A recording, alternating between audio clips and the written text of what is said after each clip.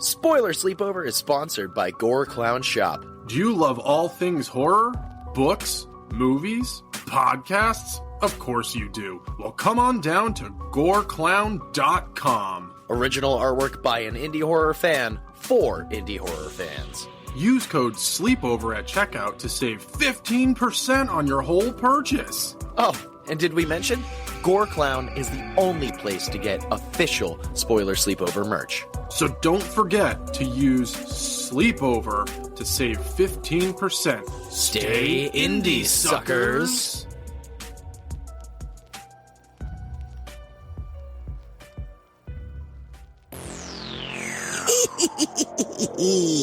Greetings, ladies, gents, and our non-binary friends. Welcome to Spoiler Sleepover, part of the Nerdcast Network. Join your hosts, Jason, Michael, and Rob, as they bring you on a slash-tastic adventure through cinema. Now, enjoy the show. It'll be a real scream of a time.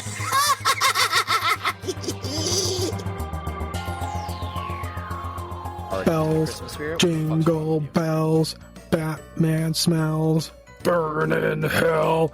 Welcome back. Fuck your mom. Yeah. Well, that's a cold open if I've ever heard one. Doug, that joke's for you. Welcome back to Winter Horrorland, ladies, gents, and our non-binary friends. We hope you are staying nice and warm. If you're not, you should jump on over to goreclown.com. Use code SLEEPOVER at checkout to save 15% and get a hoodie and a beanie. Or get both the beanies and both the hoodies. Starting with the plug. We are back. Week 3 of Winter Horrorland. My voice still has not fully healed. My throat has not still fully healed, I should say, from my hospital visit. But I'm trudging along. We're going to do it. We're back with one of my personal newer favorite Christmas movies. I love this movie. This is going to be an episode. I've already been pre-warned that Jason Michael, you hated it. Hey, all right, hang on. It's not that I hate it. It's that it's not a great movie. I disagree. That's fine. And that's why we're here. And that's why I thoroughly enjoy our podcast, because we are able to have these conversations and it's not all one-sided. Yeah. It's an actual conversation. Sometimes could be an argument. Hasn't gotten to a screaming match. Yet. Season 3. Oh, season 3 is going to be unhinged.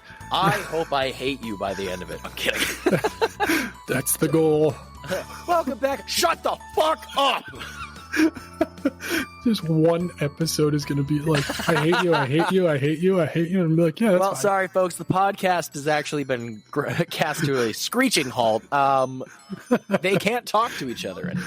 What are we talking about, Rob? We're talking about 2018's Santa Jaws. That was really 2018? 2018, dude. Dude, honestly, it felt like I remember seeing this trailer at least in the 20s.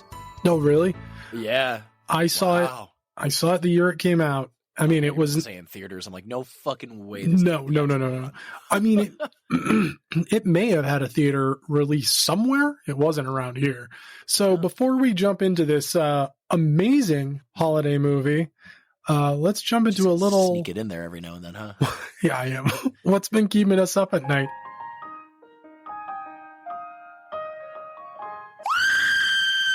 Jason Michael, what's been keeping you up at night? Well, I hate making the call back to it, but it topically for explanation. The day of this recording, we recorded the episode on Within the Walls of Madness just a few short days ago. And the night before that, myself and my brother were playing Black Ops 6 Zombies. And then for some reason, when it ended at like 12:30, I decided to watch the PDGA Pro Tour at Maple Hill in Leicester. So Pro Disc Golf. I decided to watch the finals of that competition, which took place at Maple Hill, which is coincidentally about 30 minutes from where I used to live. And I've played that course so many times, and it's a beautiful course, but I just watched the entire tournament. And now I've gone down a rabbit hole of watching more and more rounds and rooting for people. I'm watching sports and rooting for sports. What the fuck is happening? But I mean, that's pretty much been it, besides more Black Ops 6 Zombies. I've just been watching disc golf. Like, after we finished recording, I binged through that entire tournament and then paused actually right before the final round. Yeah. To then drive 8 minutes down the road to play the course that's right there with barely an hour left of sunlight. And I made it as barely any sun was still crested over the hill. Jeez Louise. Look at me go. That's crazy. Why? I mean, hey, at least you got one up on me. You're active. I thought you were going to say sports. Yeah. That too. So, Rob, that's what I've been doing and watching. What have you been watching with your eye face? So I'm catching up on Penguin on Max because I forgot the show was still on. How many episodes are there? I haven't watched any of it. I believe there's 8 or 9 right now. Wow. But yeah, I'm like 3 or 4. I was 4 episodes behind. So I'm 2 now. But, Okay. or no, 1. I'm 1.5 episodes because I fell asleep. I'm catching up. Honestly, there's so much going on. My brain was just like, there's nothing else you need to watch. And then I went on to Max and I was just like, oh, fuck, Penguin. So yeah, I have been catching up on that. And then the other weekend, my mom and I went and saw Wicked in theaters. Oh, yeah. How'd that go? I knew nothing about it. I knew that it was a musical based off of like a prequel potentially of The Wizard of Oz, focused on the Wicked Witch of the West and Glenda, and that was all I knew. My mom had seen it once on Broadway, and so she knew what it was. But she wanted to go see it. She didn't want to go alone. She had no one else that wanted to go see it with her. So I was like, yeah, screw it. It's the movies. I'll go. It was fucking good. Like, I walked out of there. I was just like, that was really good. And I was like, you liked it? Did you get the crowd you were hoping not to get? No, it was fucking quiet. It was nice. Yeah. The first half of the movie's weird and slow and honestly kind of annoying. It reminded me of Descendants, like the Disney movies. Yeah. I was just like, I wasn't into it. I was like, this kind of sucks. But I was like, I don't want to like judge too much for a movie that's like got a 3-hour runtime. I'm like, it's 3 hours, and it's only the first part. Yeah. I mean, it's not like I'm gonna go see it, but at the same point, oh God. Yeah. Once it gets past a specific point in the movie, I was like, I was enthralled. I was like, holy shit, this is actually good. It was like, where is this going? What does this mean? What is that? And I was also doing, I don't know if it's definitely me, but having the podcast has ruined me a little bit further because I started overanalyzing. Yes. And thinking of questions because my mom had seen the Broadway one and, you're curious. It's worth it. It was a lot of fun. The music is decent. The story is awesome. Just get past that first half. It's tough for some reason. At least it was for me. But yeah. Now that we have spoken about what has been keeping us up at night, we will be talking about some squiggly little thing that is not in either of our ears or anywhere else. Don't even think about it, Rob. See, there it is. I'm already thinking about it. An earworm. What have you been listening to, Roberto? Completely unintentional, but I've been listening to a band called Bell Witch.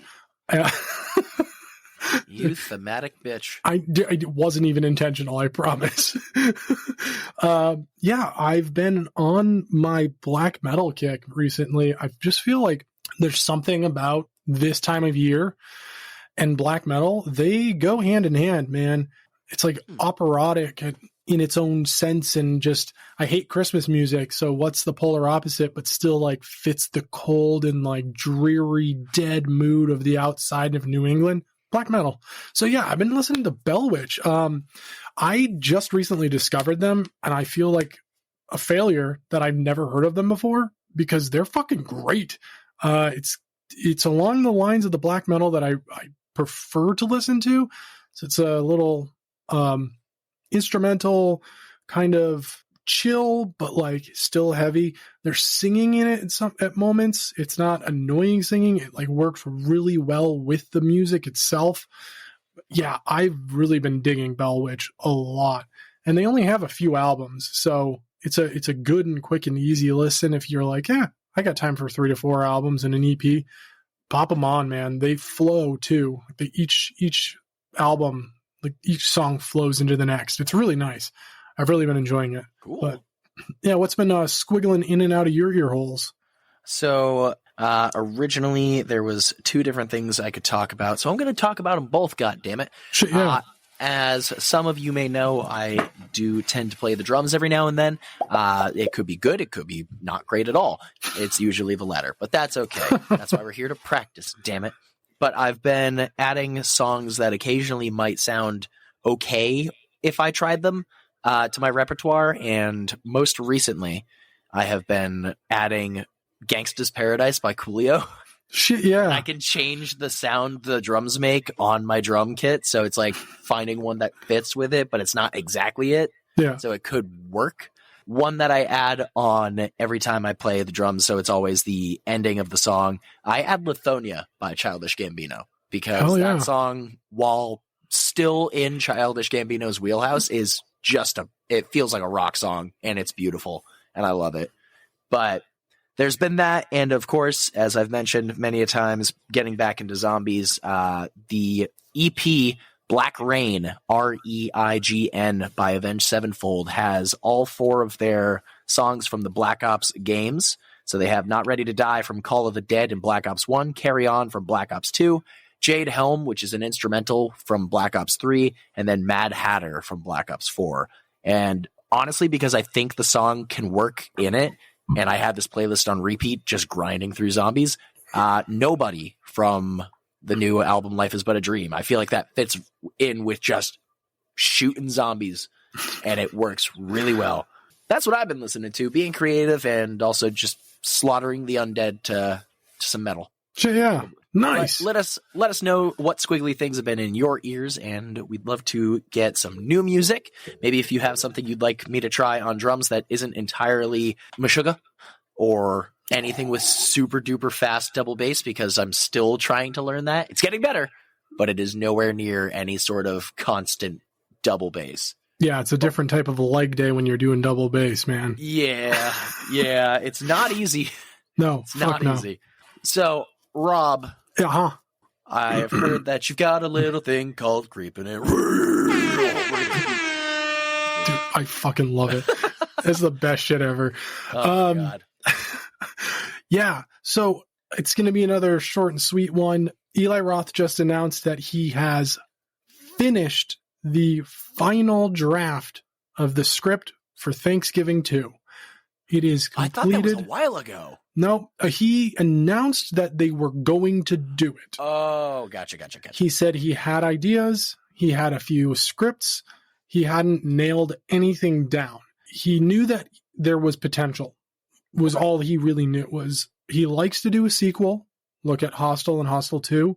He is in the same mindset as Rob Zombie. He thinks a trilogy is overused, although Rob Zombie then went back on that and gave us the Firefly trilogy. Yeah, 3 from Hell.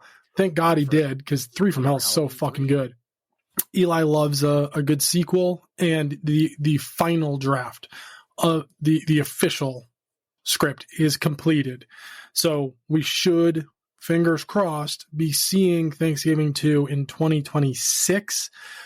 Although they announced Thanksgiving at the beginning of one year and it came out the end of that same year. So if Eli has that magic, maybe we'll get it by Thanksgiving of 2025. What a drop. It would be awesome. So yeah, that's my Creeping It Real. I think I'm excited. I really enjoyed Thanksgiving. It was a good holiday slasher with some good humor, some good practical. I mean, who doesn't love watching someone get cooked in an oven? It was hilarious. It was great. It was brutal. So Thanksgiving 2 coming soon. Rob. Let's jump in to 2018's Santa Jaws. Boy, does it jump to the title card. Yeah. Immediately. What movie we watching again? Oh, yeah. Never mind. We're good. There's no intro other than title card. The movie fucking starts. Yeah. It's that's how you know the budget. That's it. There was one. It wasn't much. Nope. But there's a term I like to use for movies like these. It's called a sci-fi movie because it's got the budget of a sci-fi channel movie, pretty much. yeah, pretty much.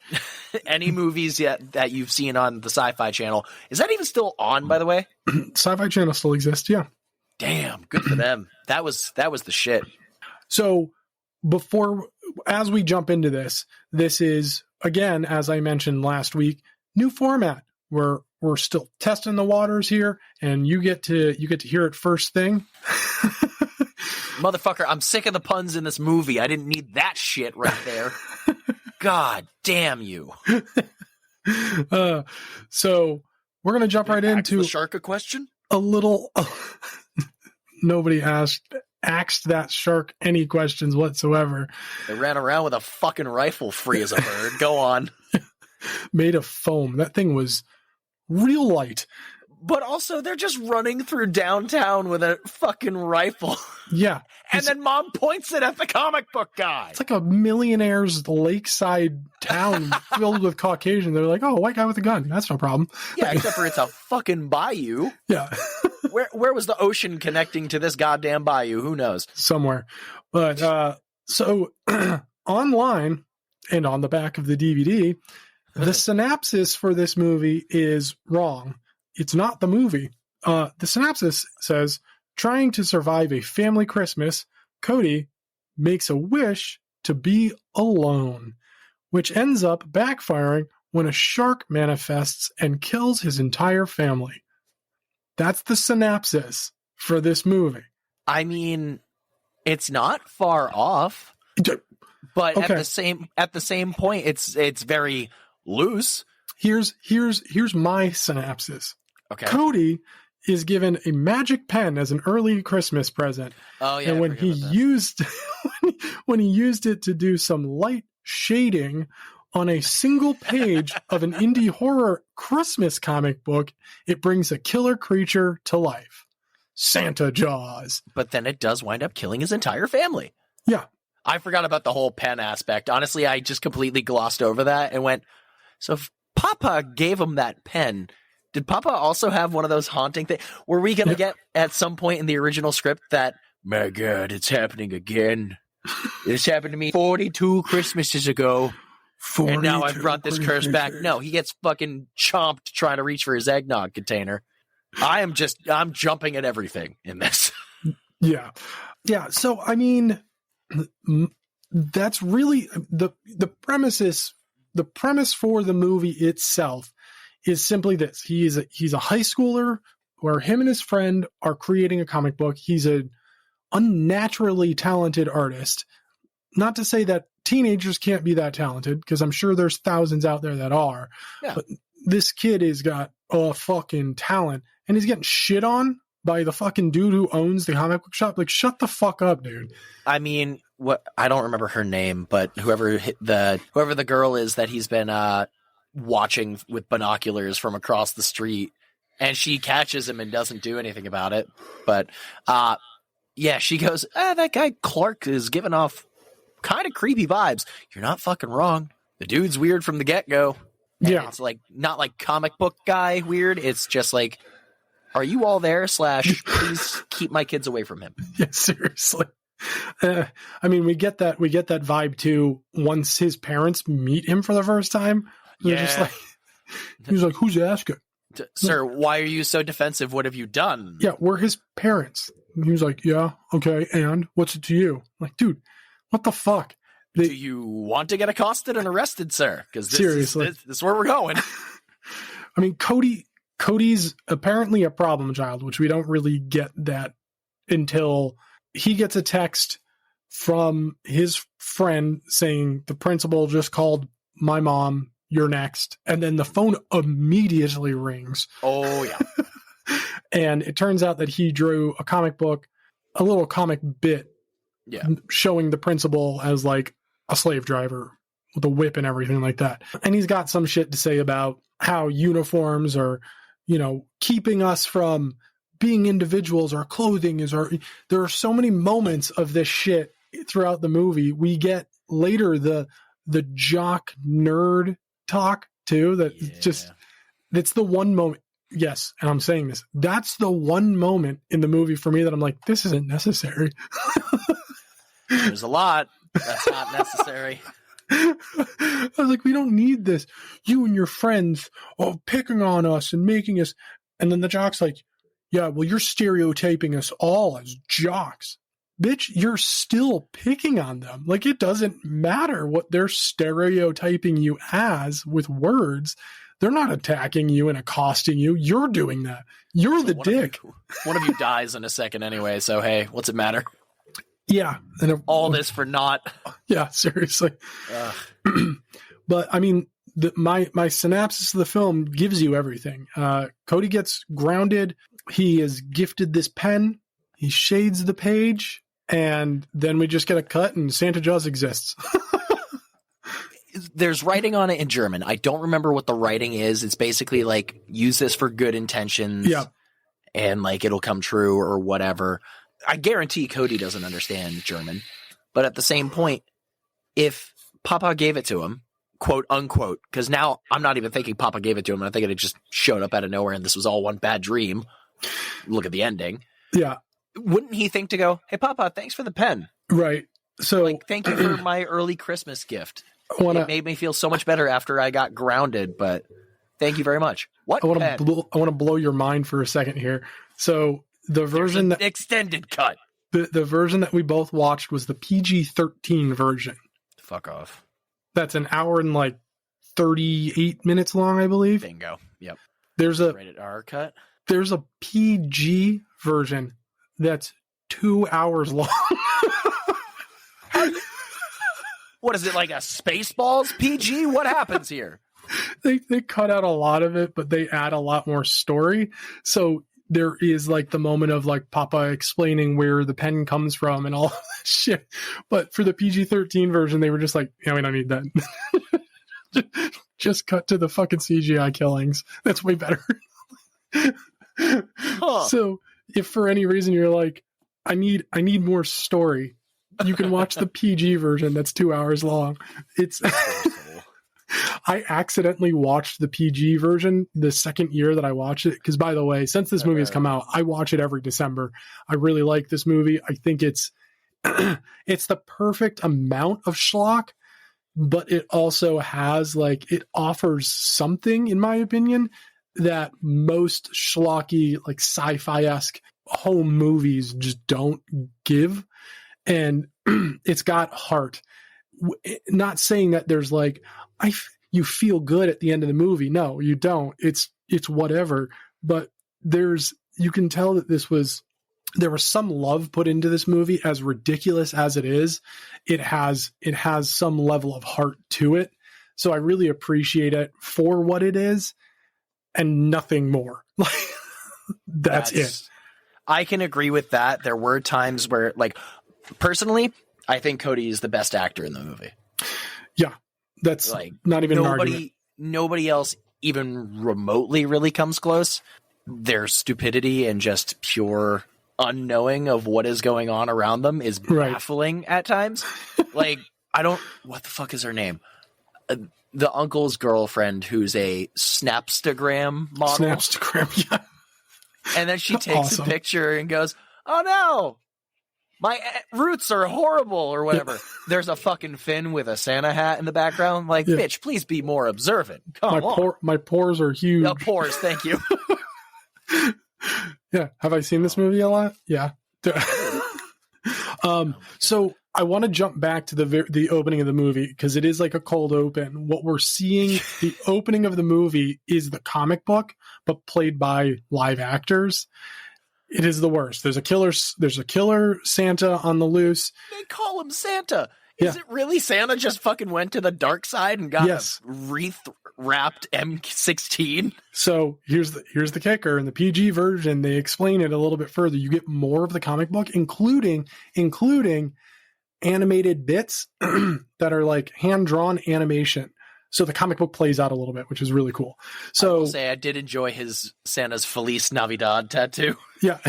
I saw that and went, oh, fuck, okay. It's You come dope. across somebody with the words tattooed on their forearms, so that's the first thing you see before you're about to fight. You might want to leave, Yeah, seriously. unless it's like, please don't hurt me, tattooed on your forearms. They start fighting and he kicks him in the nuts and it's just Jingle Bells. It's awesome. There was some good stuff in this movie, but it was all overplayed by puns. Yeah. I know I make some of them, but I regret it every time. This opening had so many puns per second, and it's like, why? So It's like Bad the Airplane. no sugar cookie for you. Yep. You're going to eat your words. Exactly the one I wrote down. Fuck off.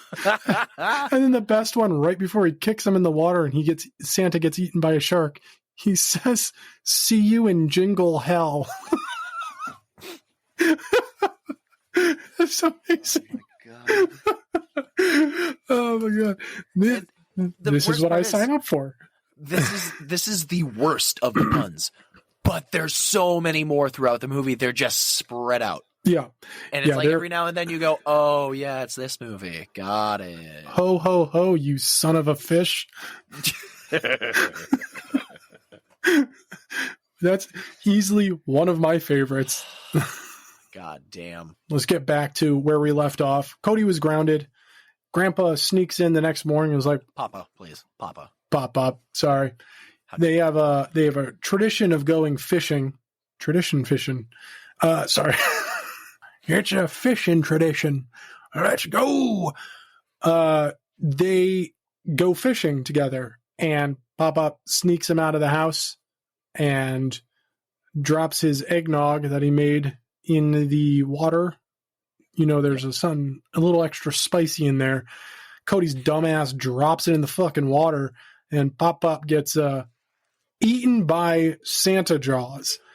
All right, so the shark that we see two sharks before this. We see the regular shark that turns into Santa Jaws in the cold open. Yeah. And then we see when Santa Jaws is brought to life, we see that same Santa Jaws. Yeah. But obviously, this one's a different one because it's not in the comic. Whatever the fuck. When it jumps out of the water, Jesus CGI Christ. Every time. That was the scariest thing in the movie because it was so jarring where it's like, oh, it's a nice little, what the fuck is that? It's so bad, dude. It looks like the Sci-Fi Channel. It's a sci-fi movie, man. And it's every a time movie. It's not even the shark. Okay, I will. I feel like I'd bitch more about the shark looking bad if the water splashing. Oh my god, that's even worse. It just looks like shitty mist. Like it's not even good. It's terrible. And then they try to CGI in waves too, which just doesn't work because you can see the still water through it. They're trying to double down, and it's like if we make it move, it'll look real. Yeah. But what about the rest of the water? Nope. No. They don't create ripples or anything. That's totally fine. We don't talk about that. What is water anyway? Yeah. Fucking magnets. How do they work? Go on. But the follow up of Cody going home and being like, something got Grandpa. No one fucking cares. They're just no one checked. No one gave a maybe shit. Half an hour later, 45, an hour. Not even. It wasn't until they realized that he left the house again that they were like, "It's not in his room." Yeah. Like, should we go check his room? Like, where the fuck do you think I was? Like, I was with Pop, you dumbass. Like, no one listened. And then we cut to him just fistful, just shoving candy from a stocking into his mouth, talking to himself, being like, I've got to do something. Someone's got to believe me. I've got to get out here. But dude just watched his grandfather get eaten by a shark. From the fucking bayou. I will say, I'm glad you translated because I couldn't understand a fucking syllable coming out of his face. Yeah. He was just swallow, please. He's literally just trying to he wants to find somebody to believe him. He needs to find help. How do I do this? No one's going to believe me. My family doesn't believe me. I'm going to do it myself. Has a sweet tooth. Yep. And then he just Macaulay Culkins his backpack and fucks off. He's straight up Home Alone's it and he's like, I'm going to do this myself, motherfucker. That was a great reference. You know what? Thank you. Out of 10 Macaulay Culkins, how would you rate this movie? Well, we know what the rating will be at the end of this. But no one believes him. It seems ridiculous. And there's like a brief moment where his uncle looks like he's gonna. Yeah. But then he's also a weird character. Like, I hated him at the very beginning. Like, I love that stereotype because it makes me hate those characters when they show up for holiday at the family's, right? And they're just on their phone, still doing business and like a business shark, baby. Yeah. But and then all of a sudden he starts being nice, and like there's a moment where he's like, you know what? Maybe there's some truth to what Cody's saying, but then fucking does nothing about it. I also like the fact that they really play into him being a stereotype by like marrying a younger model. Yeah. But then we get the moment with the two of them on the boat together, and you see that they're like an actual couple. Like, it's not just, I'm here for your money and I chose you because you're hot and young. Like, they actually like have an appreciation and love for each other. That's what came across to me. And I think that's really cool that they're like not just leaning all the way into the stereotypes. They do with her. They do. Yeah, they do with her. They just leave her in a bikini for the rest of the time she's alive. Which is hilarious because why? Not even as until a blanket. And then she goes to the comic shop. Yeah. Well, it's until the whole family shows up to try and kill Santa Jaws together. And the mom's like, get her something to cover up. Yep. Like, the mom's just like, nobody needs to see this. Cover yourself up, woman. But yeah. Some decency. So the whole family attempts to kill Santa Jaws together. And this is the moment in the movie, CGI and everything that's not good. This is the one moment that is by far the most hilarious thing to me, is they got an arsenal of weaponry from the comic book shop owner. One of the things being a crossbow. Cody wields a crossbow to try and shoot Santa Jaws. By the way, I should also reiterate the fact that Santa Jaws is a she. So yeah, they make it crystal clear that Santa Jaws is a female. But he wields this crossbow to shoot Santa Jaws, and his brother has a harpoon. And he fires the crossbow, and it looks like someone just gently tossed the arrow to the wall. We have very similar notes here, Rob. It kills me every time. And then his brother, who is a baseball player, pitcher. He's a pitcher. His job is to throw shit. Yeah, he throws the harpoon up. But then again, we cut to the water, and it just looks like the same person who threw the arrow in gently and gingerly threw the harpoon in. So the brother, who happens to be a baseball pitcher, just gingerly tosses a harpoon into the water. Seriously. And they're like, I thought you were a pitcher. And he's like, yeah, in baseball. It's like, dude, you should still have a strong throwing arm no matter what you're throwing. Balls or poles. Yeah. Take my strong You can handle balls and poles. I mean, that's basically what baseball is. A bunch of dudes in tight pants handling balls and poles. Getting that wooden balls in your hands in your tight pants. So I think you just started throwing words at the wall right there. And or balls at the wall. Stuck. Jingle balls. You said wooden balls. And last time I checked, I don't think they play baseball with wooden balls. No, you said wood balls. Fuck wood balls? The recording shut up. The recording shall prove Isn't that all cricket? Aren't the balls wooden? They're hard. No. What are they made of? We're never going to finish this episode with all these euphemisms. Jesus Christ. All right. Euphemism. I'm pretty sure it's like I don't know what that means. They just say cricket balls or cricket balls. The two types of main balls in cricket are red cricket balls and white cricket balls. Thanks. Cool. What's the material? Wikipedia. Brains? A cricket ball is hard. Nice. Fucking same, brother. Same. Right on. It has a core made of cork and is layered with tightly wound string covered with leather. So it's a baseball. It's a hard fucking baseball. We have gone off the rails since you brought up sports in the beginning of the episode. This is your fault. Now we know what cricket balls are made of. Congratulations. You have created this monster. Fuck, I have to keep that in.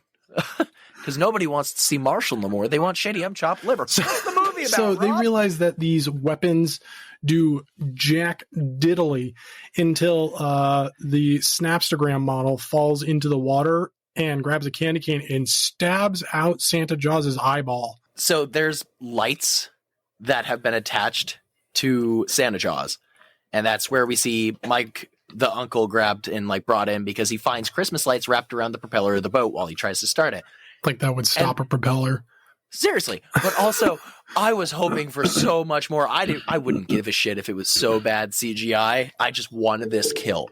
I see the lights go up and perfectly wrap around her. Yeah. I'm sitting there going, cut her in half, cut her in half, Yeah. cut her in fucking half, dude. It's PG-13. Yeah, nah, just pulls her into the water, and then we get a red eye that's supposed to be like Rudolph's nose. Love it. Damn it. And you quoted the movie. Congratulations. I know. That just shows you that I actually watched the movie. Yeah. But that lets them where it was tough.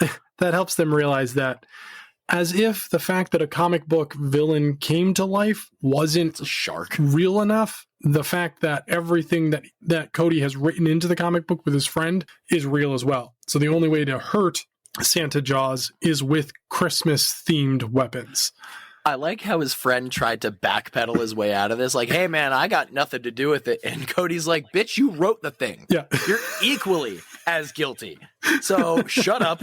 You're coming with us. So He could have survived, too. I just love the fact that my mind, the very first time I'd watched this, I was like, Christmas themed. It's like, oh shit, this is going to get fucking insane. They just wrap Christmas lights around the fucking crossbow. It's not themed. It's the same crossbow. You just put Christmas lights on it. I do kind of like the callback to the automatic rifle at the beginning covered in a wreath. And I was like, Is he just pointing a tree at her? Oh, no, there's a gun in there. And now it's like, oh. Got it. Yeah. They do put candy cane spears in the crossbow, though, which is awesome. And they make Christmas ornament grenades, which... They find an entire box of explosives somewhere on the wharf, dude. Like, what? White people. Fair, but none of that can be legal while fishing. Then again, did they even see where they are? Or say where they are? I think they're supposed to be in Florida. I was going to say. Because fucking white people. There's so many. And they're practically down in the bayou. Yeah. Yeah, it's I'm pretty sure it's supposed to be Florida. That would make the most sense for that many explosives. Yeah. On a there wharf. was a cool little thing right before it where it was also it got a good chuckle out of me because there's a mall Santa elf, like one of the people who dresses up as the elves and works with the mall Santa, entire Fire 3. Oh, wait behind this line or you'll be in trouble. Cool, thanks, man. Yeah. But he's on his break or he's done with work and he's just strolling by the wharf and he grabs a beer out of his cooler and very shakily drinks the thing. He's like, fuck, I gotta drink this thing fast to get back. The kids are driving me nuts. And Santa Jaws rams into the dock and pushes a boat, which then comes back and pushes into the elf's legs. And then we're like, oh, all right, cool. We just cut away from that for no reason. Cut to Cody and whatever her face walking. Actually, I think it's all of them walking down the wharf. And then all of a sudden it's just, it's just the elf. And you see him with no legs down past his knees. And he's walking around like people do to dress up as elves. They kneel down in their shoes. That's exactly what it was. Yeah, they literally the actor was literally just walking on his knees and they just CGI'd pink blood. I don't know. Yeah. It wasn't good.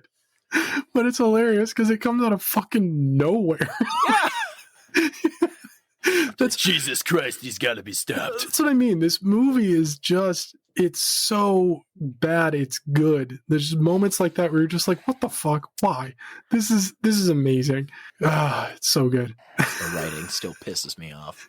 I would rather listen to fucking Jack Frost 1,000 times over than ever hear the dialogue in this movie again. Honestly, you know, that it shocks me too, because that's the reason I wanted to do this for one of our winter horror lands. I was like, it's either going to be season 2 or season 3. We're doing Santa Jaws. They are quite similar. I was like, they are incredibly similar. Yeah. I really thought you were going to love it. I was like, Jason, I was going to love this. He loved Jack Frost. This is perfect. Also, you know what? Here's a perfect time. I'm just going to put this in here. There was another reason I was hoping to enjoy this movie. Mm-hmm. So, many, many moons ago, in the distant winter of 2017, a 22-year-old Jason Michael, oh, what a baby. Family's all at the house. We're all hanging out. Jason Michael decided to go get a nice bottle of whiskey and share it with his brother and his dad and, have a good time. This also happened to be a few short months after I was requested by my work to do trunk or treat, and I didn't have a costume, one that was child appropriate. So I went out to my local Spirit Halloween, and as it says, bold on the door saying, no returns or refunds. So I was like, fuck it. And I bought a shark costume. And then as I leave and sit in my car, I get a text saying, hey, we don't need you anymore. It was that instant. But now I'm sitting here going, what the fuck am I going to possibly do with a shark costume? Cue that 2 months later when all of a sudden we find out that around our hometown, the Grinch and Santa like to drive by through the town on a fire truck. And so we're out there, and Jason's had a couple. So he's very happy and very trying to make anybody laugh for any reason whatsoever. So he grabs the shark costume, he grabs a scarf, and he grabs the nearest Santa hat that we have somewhere in the house because we're decorated for Christmas, and he becomes the infamous Santa Jaws. A year before the movie comes out. And it's just me outside in the Santa Jaws thing, and we have some string lights wrapped around me, and it's like, don't throw your Christmas lights into the ocean. It will pollute and kill the wildlife. And I'm just like, And somebody who had nothing to drink wound up driving us because we found out they were making stop on the common. So we're screaming in the car, frantically, adults trying to find Grinch and Santa in our town. And we pull up to the common. There's a bunch of kids and their parents, and then there's just several whiskeys deep, myself, my brother, my dad, my mom, my sister-in-law, and I'm dressed as Santa Jaws. And I've got a picture of me as Santa Jaws with the Grinch and with Batman. I don't know if I've ever shown you the picture, Rob. With Batman? Why did I say Batman? I have no idea. Oh, hang on. Wait. I was like, what the fuck just happened to this story? Nope. Sorry. Hang on. There was a reel that I was looking at on Instagram where it's somebody painting a Batman logo and it doesn't look good. And that's what I opened my phone to. God, was just that Batman fantastic logo. Yes, but as Batman apparently made his way into the story, I'm currently looking back to 2017 for that picture, so don't you worry. That was my story. That's fantastic. This is why Santa Jaws was supposed to mean a lot to me. Oh, fucking Christ.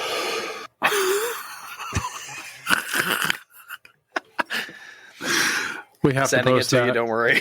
All right. I got you. Oh my God. In the video, it's like you could tell that we've all been indulging. But my favorite part is how I go up to Santa and the Grinch and just go, Santa Claus, Santa Jaws. And they both go, they both had a pretty good laugh about it. Good. That's awesome. All right. So stay tuned, folks. We'll be posting those, the photo, and maybe if there's a video that we can post. post. How to download them from Facebook. Stay tuned. So at this point, I mean, pretty much dumb Cody realizes the pen's magic again and decides to utilize it I don't know why he hasn't been doing this the whole time, but he utilizes it and decides that it's time to, oh, well, if I just use this, then I can kill him with the drawings. And every time he draws something, it just makes Santa Jaws more powerful. He's just Seriously. yeah, let's get these ornaments in there. And Santa Jaws eats that ornaments and makes his teeth multicolored ornament, sharp razors. It's because they're like, get rid of her teeth and it will be fine. Yeah. Nope, now shards of glass, which I thought were explosive. Yeah, exactly. They were. Huh. No, not anymore. Sure. Plot hole. Yeah. Says, well, what about a giant steak? And draws a giant candy cane steak, and it just lodges into Santa Jaws' forehead, and now she has a horn.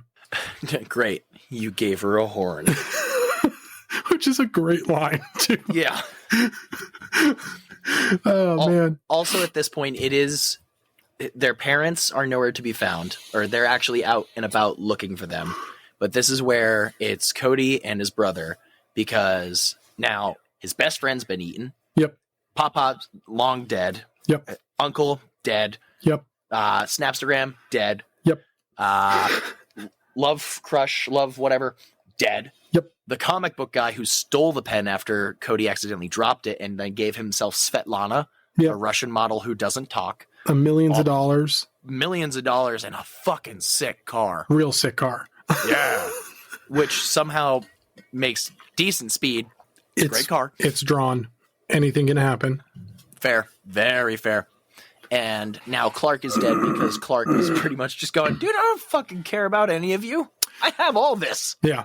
And he meets his end via Santa Jaws after what's-her-face tackles him into the water. Yeah. So it's down to the brothers and their parents, which are still looking for them after that. Again, they have been running frantically around town, swinging a rifle. Yeah. Like going into stores and pointing it at people. Obviously Clark, but just Clark. Yeah. But deserved it. But God. Family finds each other finally though, and they, try and concoct a plan to kill Santa Jaws together with explosive turkeys, which fails. The setup for this is so weird. They all have gloves on.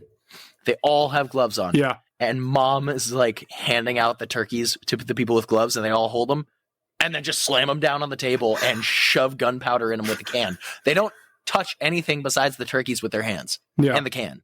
Right. What was the point of the gloves? Because it's like, keep it clean. Smear it on the table. So I have a weird feeling, because those were real turkeys. I have a feeling that the turkeys were like bad, like they had gone bad. So they're not just wasting food on film. I will say some of when they launched them, some of them did not look good, like real grody in the middle. Yeah, that's what I'm thinking, is that they probably shot this movie around the time of year that this movie takes place, and these were turkeys that had gone bad, and they were like, just cook them real quick, I guess. Everyone put on gloves because these things are fucking throwing gross. them into the water. Yeah. We're fine. This is right before this, we did get one of my it is quite possibly one of my favorite things in the movie. It's so quick. They all meet back up in the family's restaurant where they like do the turkey dinner or whatever, and then they're trying to explain that Cody is the reason this is here. I made it, I drew it, and the parents aren't believing it. Fucking Santa Jaws showed up and ate your fucking Pop-Pop, and you're still not believing that there's something behind. So they're all like, no, Cody, it's not your fault. And he storms out, and Dad, who's just a weird, odd duck, comes out, sits down, and goes, Cody, you okay? And just the moment of Cody looking at Dad and going, no. Like, are you fucking kidding me? No. How could I possibly be okay? Everyone's fucking dead, you dumbass, and nobody believes me. Just the straight. No. No, absolutely fucking not. I couldn't stop laughing at that part because I'm like, how stupid. Oh, God. Man. Yeah. Well, been in distress since his Pop died, but nobody cared. Nobody gives a shit. Oh my God. Well, the turkey sequence is by far the best sequence in my opinion, just because just a fucking domino effect, dude. The last turkey to be launched doesn't actually get launched, so dumb brother goes down to It's just, yeah. the other one's getting fucking sauced across the football field. This one just, oh, whoops, sorry. God damn. But he goes to Performance like anxiety. This turkey. throw the turkey out into the water, which he does, and then promptly gets skewered by Santa Claus. Oh. And it's yet again, if you guessed it, poorly CGI'd, but it is so good because the CGI of the skewering is terrible, but they tracked the pull in perfectly. He gets pulled into the water and it's game over, dude. Like, and then the dad just decides throw all caution out the window. We obviously saw it can sneak up and just skewer you. So he runs down there. Dives in the water. Yeah. Screaming his son's name. You are diving into the place that the shark is most powerful. Like, Mom had a great idea. Let's just fuck off inland. We'll be fine. Right. Nobody. God damn. And then they're just like behind you, and then Dad gets chomped. He tries swimming away, and that shark is too fast. It's a shark, and you're a poor man, dude. Oh my God. Oh man.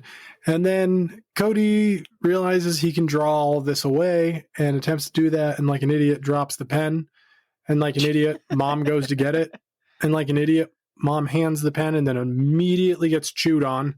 And it literally, this isn't one of those moments where Santa Jaws just pulls somebody back into the water. She's just screaming, bleeding out of her mouth. For this? Yeah, she's like bleeding out of her mouth. It's just very much so. She's not getting like thrashed around or anything, really. She's kind of just like, help me. And Cody, meanwhile, is just doodling. Yeah. Just scribbling, having a great time. He's just like, I can fix this. It's fine. Yeah. I like how he opens the notebook. Where's and he's my like, purple crayon? Yeah, he just goes, nope, not this page. And then very slowly turns the page back to. No, go ahead, Cody. I'm just going to get chomped in half by the creation of your design, but that's okay. And all he does is on a comic book cell of a character that I guess he apparently based off of himself. All he does is just write, like, what did he write? He was like, I want my family back. I wish for my family back. I wish for my family back. It was either that or I wish all of this never happened. Yeah. And then he burns the page. He burns the pages. That is uncle who can't be caught smoking. Yeah. As an adult. Mm-hmm. And then there's a magical explosion that throws him against the building. And then guess what we get? Everyone's least favorite thing in a movie. He wakes up in bed. Was it though? Well, didn't he shoot the explosive turkey and then Santa Jaws just has like a bit of like schmutz on the side of her mouth and just slowly sinks into the depths? Yeah. Before that was right before Mom got eaten. But it's like, for why, dude? Like, so Cody wakes up. The family's all alive, and he grows a pair and goes to introduce himself to the new girl. They trade comic books. He burns the Santa Jaws comic book and still has the pen, and then the movie ends. Yep. And that, ladies, gents, and our non-binary friends, was 2017 stolen from Jason Michael's brain. 2018. Santa Jaws. 2018. What did I say? 2017? Yeah, that's when you came up with Santa Jaws. That's when I came up with Santa Jaws. Get fucked. 2018. Stolen from my intellectual property. I haven't looked into it, but if it's happening, it's been a while, so I don't think so, but there was supposed to be a 2. Of course there was. The pen still exists. Sharknado 73. The pen still exists. I mean, you're not wrong. He could make whatever. Yeah, literally. Another fucking shark. Oh my God, that'd be amazing.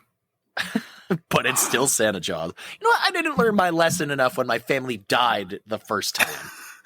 Let's do it again. But make him a land shark.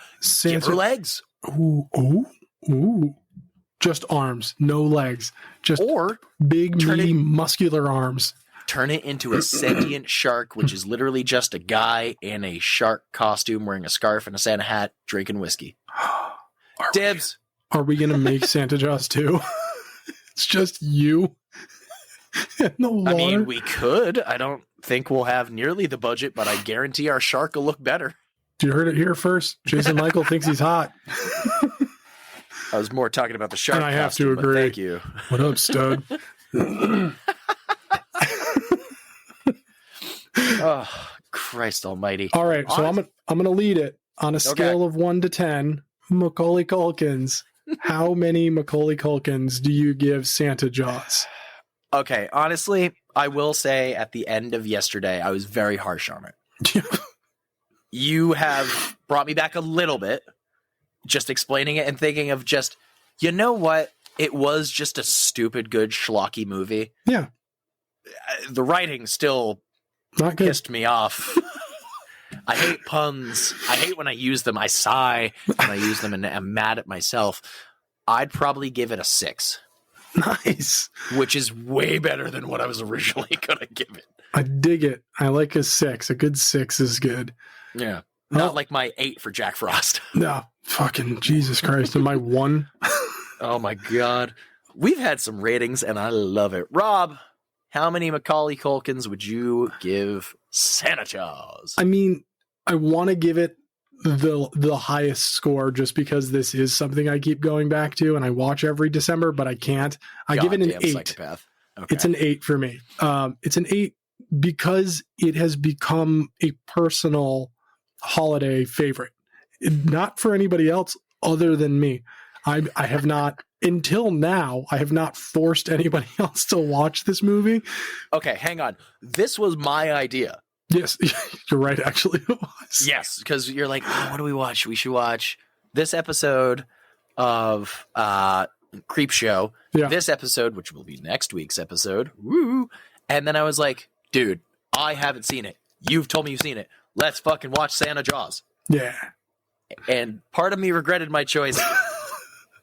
But it is just a stupid schlocky. It's like the people that will love Sharknado. Yeah. You go, you watch it, you don't give a shit what it is, and then you watch this one and go, Yeah. I mean, one of my old coworkers will absolutely adore the fact that we did a shark movie on here. And is this our first shark movie? it is our first shark movie. We've not done a shark movie yet. Hey. It will not There's be some our pretty last. There's some pretty good shark horror out there, I will say. There's some really bad shark horror out there too. That is also true. Two-headed shark attack. Sharktopus. I'm pretty sure there's like Octoshark. Yeah. There's so many. I love the fact that there's a 2-headed shark, 3-headed shark. It goes up to like 8. Like there's 8 of these. Well, there's 7 of them because it starts with 2-headed and then they just add a head every movie. Yeah. Think about how that anatomy works. Yeah. It doesn't. It's a lot of head. Where is that as many stomachs? I don't know. See? I'm not See? a shark doctor. Think about it. A sharkter? A sharkter.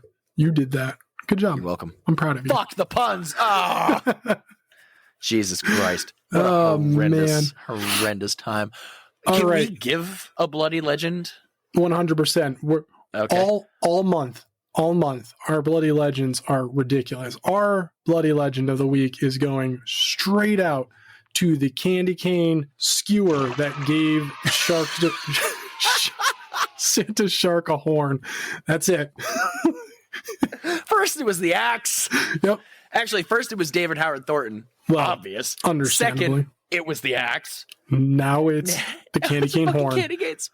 All right, folks. So next week is our last week of Winter Horrorland. That is not entirely the end of season 2. We have one more special episode coming for you. Will be a nice season wrap up and a reveal. It's coming for you. A reveal of season 3, the theme and what we will be doing and the ride we're going to be taking, not just you on, but ourselves. And what we've been begrudgingly groaning about this entire back half of the season. Yes, we You'll have finally know what we've been alluding to. We've And then you'll done it to also go, ourselves. oh. Or you'll really enjoy it. Either way. In which case, you're a psycho. Yeah, like me, because this was almost entirely my idea. I think it's going to be a lot of fun. I think it'll be a lot of laughs, and I think the new format's going to work really well with this. I hope y'all are enjoying the new format so far, now that we've kind of got it really well nailed down here. Let us know what you think. Let us know if we should be adding anything, taking anything away. This is your podcast. The new format is simply in existence because of what y'all wanted. So until next week, sleep tight, suckers. Santa Jaws is coming to town. Oh, you son of a bitch. You son of a fish. Ha-ha! Oh, you son of a fish. Oh, God. That's a good ending. See you in Jingle Hell. Thank you for listening to this week's episode of Spoiler Sleepover. But the fun doesn't stop there. Go follow us over on Instagram, TikTok, and Threads. And of course, check out our sponsor, GoreCloud, and use code SLEEPOVER for 15% off any Spoiler Sleepover merch. So until next time, sleep tight, suckers!